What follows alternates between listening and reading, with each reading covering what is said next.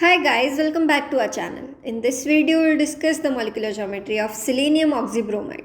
It has a chemical formula of SeOBr2, and for that we'll look at its Lewis structure first. While determining the molecular geometry of any molecule, the configuration of central atom plays a very important role. So we must always note down the number of lone pairs and bond pairs attached to the central atom.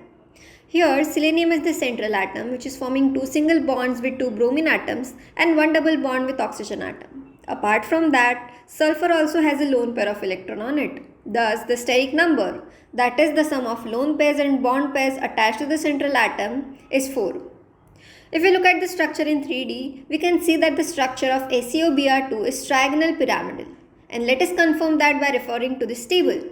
Here, A stands for central atom, X is the number of atoms attached to the central atom, and E is the lone pairs of electron on central atom.